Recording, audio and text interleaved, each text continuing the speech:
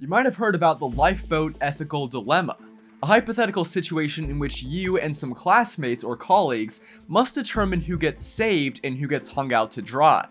The scenario involves stuff like utilitarianism, resource allocation, and is used as an analogy for class divides and rich versus poor nations.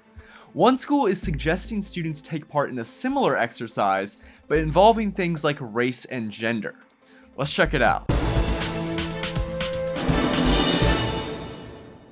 Forget crunches and push-ups, the University of Houston Center for Diversity and Inclusion has some diversity exercises for students and faculty to enjoy on its website. Now there are some ones we've seen before, like the privilege walk, where if you're a white male you take a step forward, that kind of thing. But then there's one called Whom to Leave Behind.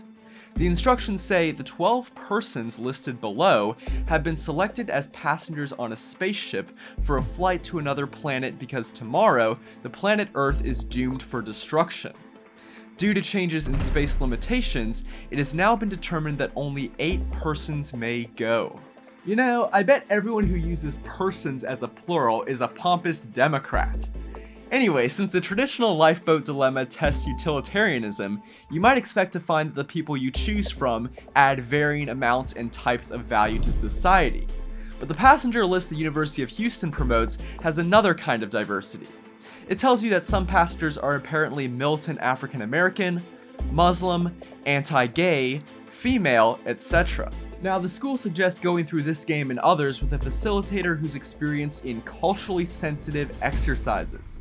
So can you imagine how much torture that might be? Suppose you decide not to save the 21-year-old Muslim female international student because you think she doesn't add as much value as the accountant or the movie star. Perhaps the facilitator then accuses you of being Islamophobic. Furthermore, does the University of Houston want you to put superficial stuff like race and gender on the same plane as a person's job and personality? Like, what's the point of including those things here? It makes you wonder if the point of diversity and inclusion is to eliminate those factors from consideration, or rather to create a new hierarchy of identity-based oppression. For Campus Unmasked, I'm Rob Shimshock. If you like this video and support our mission, please make sure to comment and subscribe. If something happens on your campus and you'd like us to investigate, send us details using the form on campusunmasked.com.